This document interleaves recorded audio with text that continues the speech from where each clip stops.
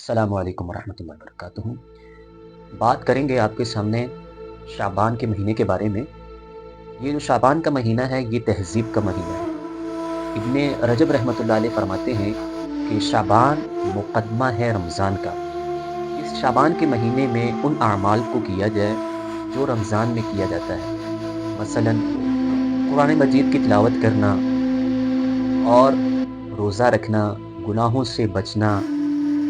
ان اعمال کو بندہ کرے گا تو جب رمضان کا مہینہ آئے گا تو یہ اعمال رمضان کے مہینے میں انسان آسانی کے ساتھ کر سکے گا، اور اپنے نفس کو رحمان کی اطاعت کا عادی بنانا۔ عمر بن قیس ملائی رحمۃ اللہ علیہ کا معمول یہ تھا کہ جب شعبان کا مہینہ آتا تو اپنی دکان کو بند کر دیتے اور قرآن کی تلاوت کے لیے اپنے آپ کو فارغ کر دیتے، اور فرماتے تھے خوش نصیب ہے وہ لوگ، خوش نصیب ہے وہ لوگ جس نے رمضان سے پہلے ہی اپنے نفس کی اصلاح کر لی، اپنے نفس کو گناہوں سے پاک کر لیا، اپنے نفس کو بڑے بڑے گناہوں سے پاک کر لیا۔